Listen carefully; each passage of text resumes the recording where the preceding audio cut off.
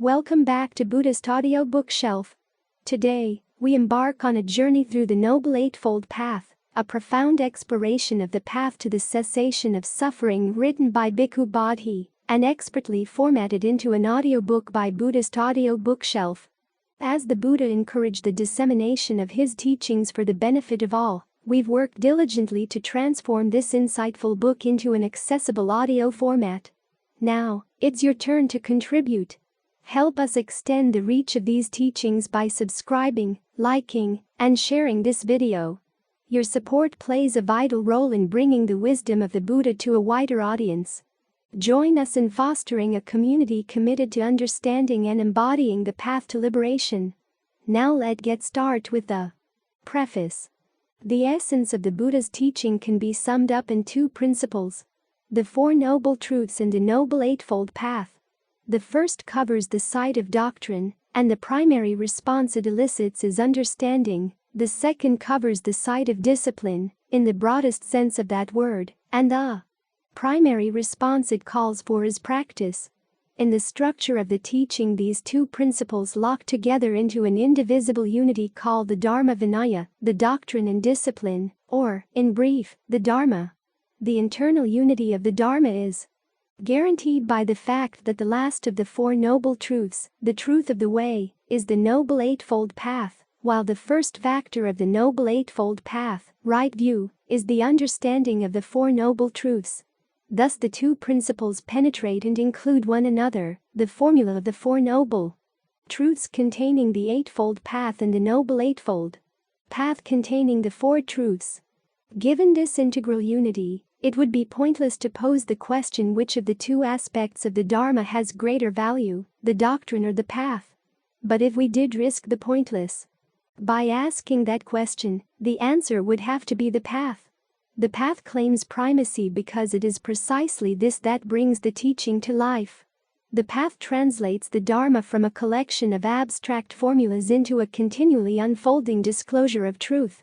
It gives an outlet from the problem of suffering with which the teaching starts.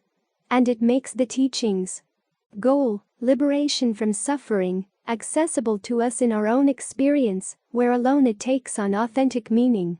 To follow the Noble Eightfold Path is a matter of practice rather than intellectual knowledge, but to apply the path correctly, it has to be properly understood.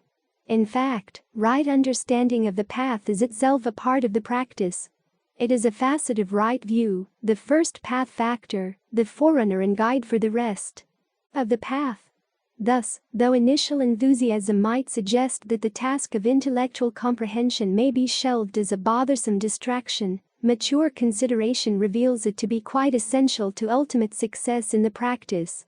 The present book aims at contributing towards a proper understanding of the Noble Eightfold Path by investigating its 8 factors and their components to determine exactly what they involve. I have attempted to be concise, using as the framework for exposition the Buddha's own words in explanation of the path factors, as found in the Sutta Pitaka of the Pali Canon.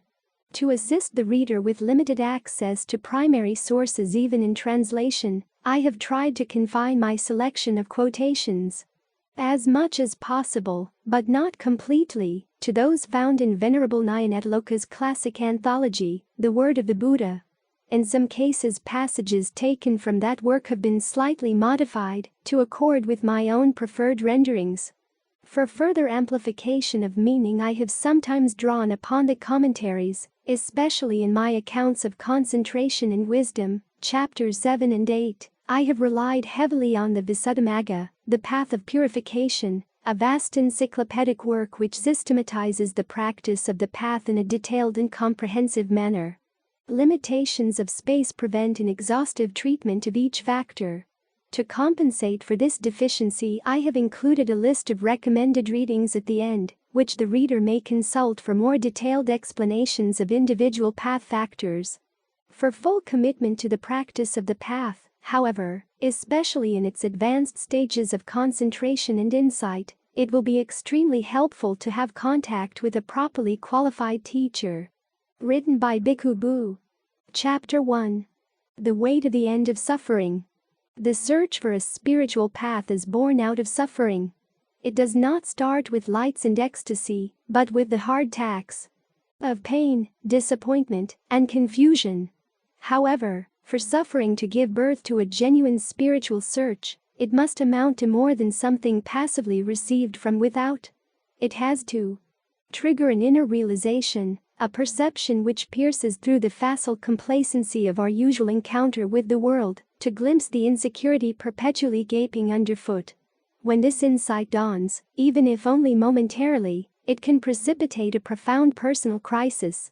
It overturns accustomed goals and values, mocks our routine preoccupations, leaves old enjoyments stubbornly unsatisfying. At first, such changes generally are not welcome. We try to deny our vision and to smother our doubts. We struggle to drive away the discontent with new pursuits. But the flame of inquiry, once lit, continues to burn, and if we do not let ourselves be swept away by superficial readjustments or slouch back into a patched-up version of our natural optimism, eventually the original glimmering of insight will again flare up, again confront us with our essential plight. It is precisely at that point, with all escape routes blocked, that we are ready to seek a way to bring our disquietude to an end.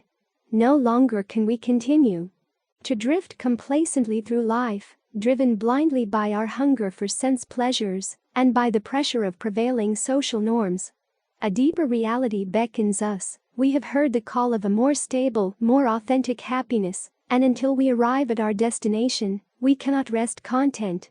But it is just then that we find ourselves facing a new difficulty. Once we come to recognize the need for a spiritual path, we discover that spiritual teachings are by no means homogeneous and mutually compatible.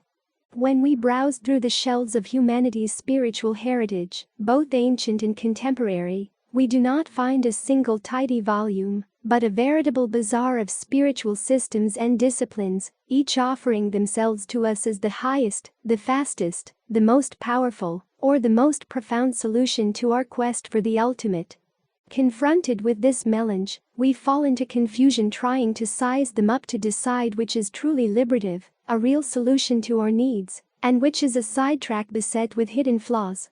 One approach to resolving this problem that is popular today is the eclectic one. To pick and choose from the various traditions whatever seems amenable to our needs, welding together different practices and techniques into a synthetic whole that is personally satisfying. Thus one may combine Buddhist mindfulness meditation with sessions of Hindu mantra recitation, Christian prayer with Sufi dancing, Jewish Kabbalah with Tibetan visualization exercises. Eclecticism, however, though sometimes helpful in making a transition from a predominantly worldly and materialistic way of life to one that takes on a spiritual hue, eventually wears thin. While it makes a comfortable halfway house, it is not comfortable as a final vehicle. There are two interrelated flaws in eclecticism that account for its ultimate inadequacy. One is that eclecticism compromises the very traditions it draws upon. The great spiritual traditions themselves do not propose their disciplines as independent techniques that may be excised from their setting and freely recombined to enhance the felt quality of our lives. They present them, rather, as parts of an integral whole, of a coherent vision regarding the fundamental nature of reality and the final goal of the spiritual quest. A spiritual tradition is not a shallow stream in which one can wet one's feet and then beat a quick retreat to the shore. It is a mighty, tumultuous river which would rush through the entire landscape of one's life, and if one truly wishes to travel on it, one must be courageous enough to launch one's boat and head out for the depths. The second defect in eclecticism follows from the first. As spiritual practices are built upon visions regarding the nature of reality and the final good, these visions are not mutually compatible. When we honestly examine the teachings of these traditions, we will find that major differences in perspective reveal themselves to our sight, differences which cannot be easily dismissed as alternative ways of saying the same thing. Rather, they point to very different experiences constituting the supreme goal and the path that must be trodden to reach that goal. Hence, because of the differences in perspectives and practices that the different spiritual traditions propose, once we decide that we have outgrown eclecticism and feel that we are ready to make a serious commitment to one particular path, we find ourselves confronted with the challenge of choosing a path that will lead us to true enlightenment and liberation. One key to resolving this dilemma is to clarify to ourselves our fundamental aim, to determine what we seek in a genuinely liberative path. If we reflect carefully, it will become clear that the prime requirement is a way to the end of suffering. All problems ultimately can be reduced to the problem of suffering, thus what we need is a way that will end this problem finally and completely. Both these qualifying words are important. The path has to lead to a complete end of suffering, to an end of suffering in all its forms, and to a final end of suffering, to bring suffering to an irreversible stop. But here we run up against another question. How are we to find such a path which has the capacity to lead us to the full and final end of suffering? Until we actually follow a path to its goal, we cannot know with certainty where it leads, and in order to follow a path to its goal, we must place complete trust in the efficacy of the path. The pursuit of a spiritual path is not like selecting a new suit of clothes. To select a new suit, one need only try on a number of suits, inspect oneself in the mirror, and select the suit in which one appears most attractive. The choice of a spiritual path is closer to marriage. One wants a partner for life, one whose companionship will prove as trustworthy and durable as the pole star in the night sky. Faced with this new dilemma, we may think that we have reached a dead end and conclude that we have nothing to guide us but personal inclination, if not a flip of the coin. However, our selection need not be as blind and uninformed as we imagine, for we do have a guideline to help us. Since spiritual paths are generally presented in the framework of a total teaching, we can evaluate the effectiveness of any particular path by investigating the teaching which expounds it. In making this investigation, we can look to 3 criteria as standards for evaluation. The first, the teaching has to give a full and accurate picture of the range of suffering. If the picture of suffering it gives is incomplete or defective, then the path it sets forth will most likely be flawed, unable to yield a satisfactory solution. Just as an ailing patient needs a doctor who can make a full and correct diagnosis of his illness, so in seeking release from suffering, we need a teaching that presents a reliable account of our condition. The second criterion calls for a correct analysis of the causes giving rise to suffering. The teaching cannot stop with a survey of the outward symptoms. It has to penetrate beneath the symptoms to the level of causes, and to describe those causes accurately. If a teaching makes a faulty causal analysis, there is little likelihood that its treatment will succeed. The third criterion pertains directly to the path itself. It stipulates that the path which the teaching offers has to remove suffering at its source. This means it must provide a method to cut off suffering by eradicating its causes. If it fails to bring about this root-level solution, its value is ultimately nil. The path it prescribes might help to remove symptoms and make us feel that all is well, but one afflicted with a fatal disease cannot afford to settle for cosmetic surgery when below the surface the cause of his malady continues to thrive.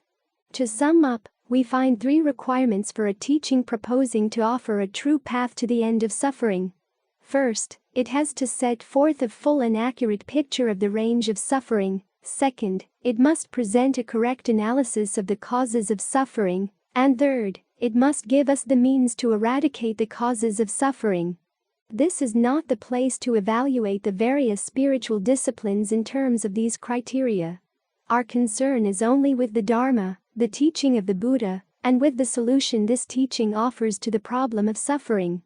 That the teaching should be relevant to this problem is evident from its very nature, for it is formulated not as a set of doctrines about the origin and end of things commanding belief, but as a message of deliverance from suffering, claiming to be verifiable in our own experience. Along with that message there comes a method of practice, a way leading to the end of suffering. This way is the Noble Eightfold Path, Ariya Thanjika Magga. The Eightfold Path stands at the very heart of the Buddha's teaching. It was the discovery of the path that gave the Buddha's own enlightenment.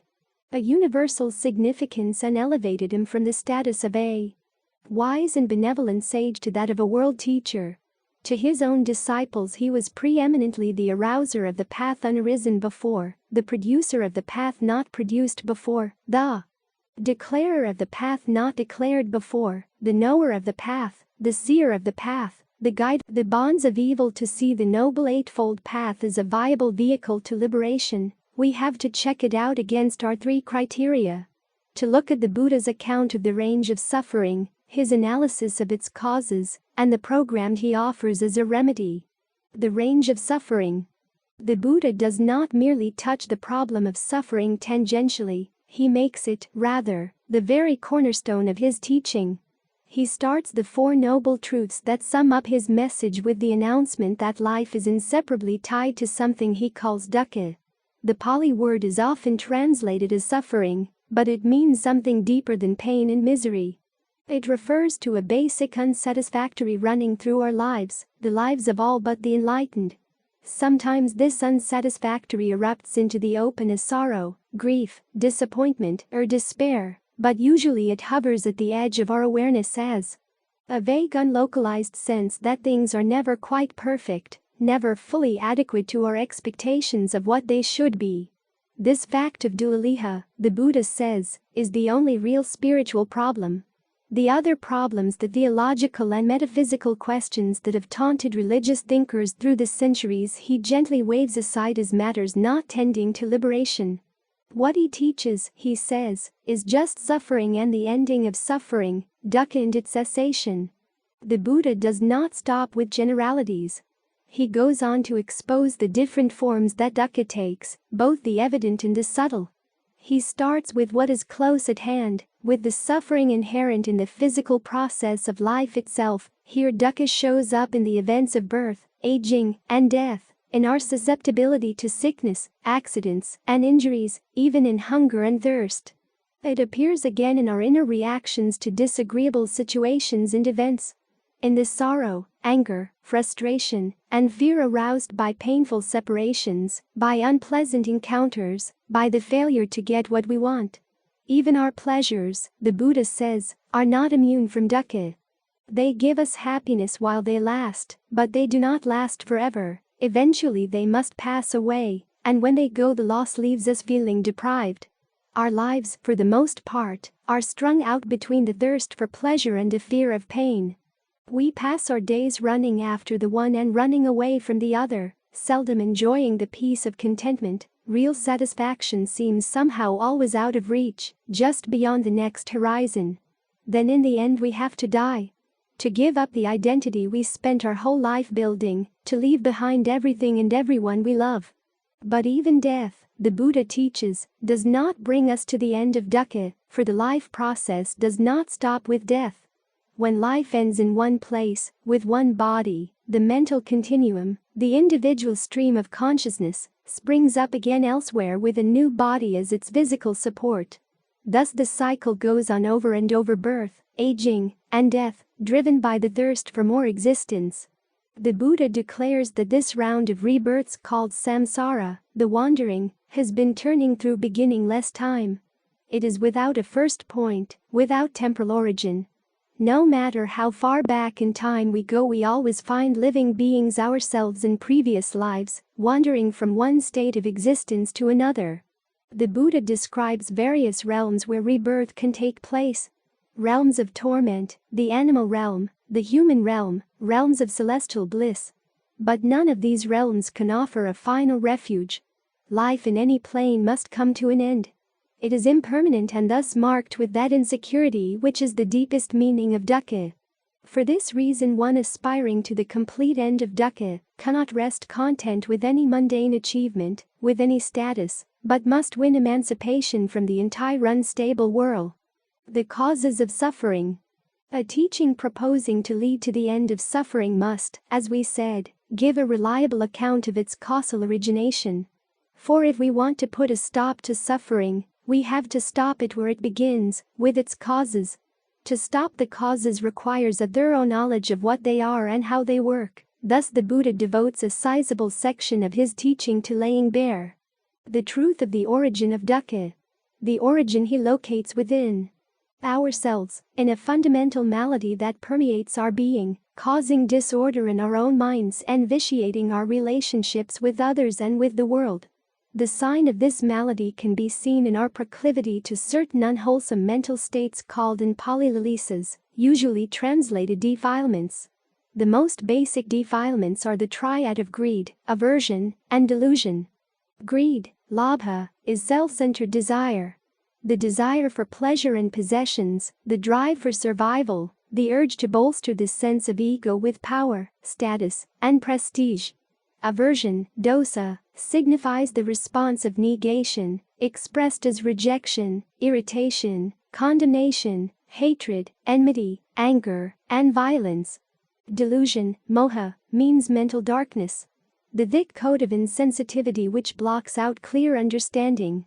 From these three roots emerge the various other defilements: conceit, jealousy, ambition, lethargy, arrogance, and the rest. And from all these defilements together, the roots and the branches, comes dukkha in its diverse forms. As pain and sorrow, as fear and discontent, as the aimless drifting through the round of birth and death. To gain freedom from suffering, therefore, we have to eliminate the defilements. But the work of removing the defilements has to proceed in a methodical way. It cannot be accomplished simply by an act of will, by wanting them to go away. The work must be guided by investigation. We have to find out what the defilements depend upon, and then see how. It lies within our power to remove their support. The Buddha teaches that there is one defilement which gives rise to all the others, one root which holds them all in place. This root is ignorance. Ignorance is not mere absence of knowledge, a lack of knowing particular pieces of information. Ignorance can coexist with a vast accumulation of itemized knowledge, and in its own way, it can be tremendously shrewd and resourceful. As the basic root of dukkha, ignorance is a fundamental darkness shrouding the mind. Sometimes this ignorance operates in a passive manner, merely obscuring correct understanding. At other times it takes on an active role. It becomes the great deceiver, conjuring up a mass of distorted perceptions and conceptions which the mind grasps as attributes of the world, unaware that they are its own deluded constructs. In these erroneous perceptions and ideas we find the soil that nurtures the defilements. The mind catches sight of some possibility of pleasure, accepts it at face value, and the result is greed.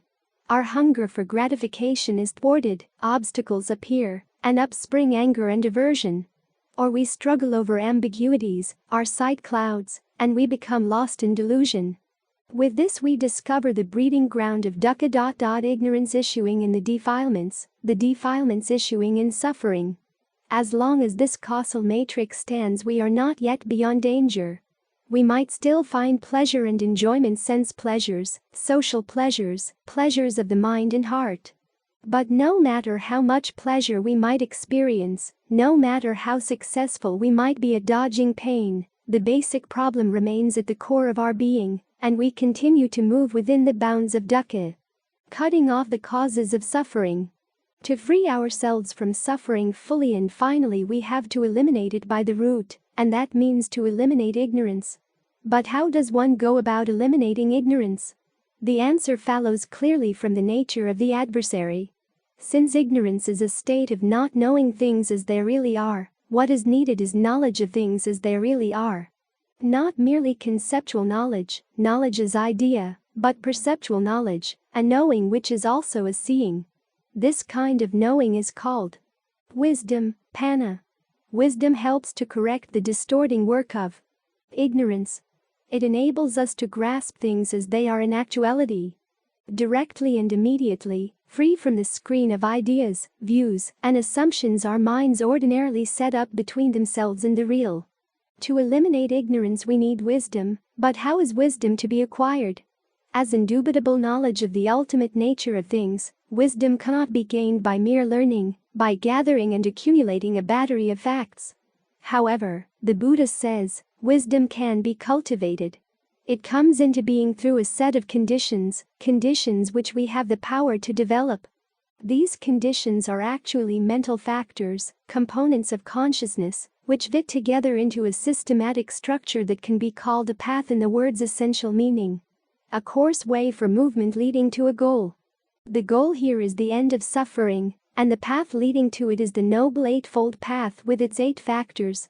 Right view, right intention, right speech, right action, right livelihood, right effort, right mindfulness, and right concentration. The Buddha calls this path the middle way. It is the middle way because it steers clear of 2 extremes, 2 misguided attempts to gain release from suffering. One is the extreme of indulgence in sense pleasures, the attempt to extinguish dissatisfaction by gratifying desire. This approach gives pleasure, but the enjoyment one is gross, transitory, and devoid of deep contentment. The Buddha recognized that sensual desire can exercise a tight grip over the minds of human beings, and he was keenly aware of how ardently attached people become to the pleasures of the senses. But he also knew that this pleasure is far inferior to the happiness that arises from renunciation, and therefore he repeatedly taught that the way to the ultimate eventually requires the relinquishment of sensual desire. Thus the Buddha describes the indulgence in sense pleasures as low, common, worldly, ignoble, not leading to the goal. The other extreme is the practice of self-mortification, the attempt to gain liberation by afflicting the body. This approach may stem from a genuine aspiration for deliverance, but it works within the compass of a wrong assumption that renders the energy expended barren of results. The error is taking the body to be the cause of bondage, when the real source of trouble lies in the mind obsessed by greed, aversion, and delusion. To rid the mind of these defilements, the affliction of the body is not only useless but self-defeating, for it is the impairment of a necessary instrument.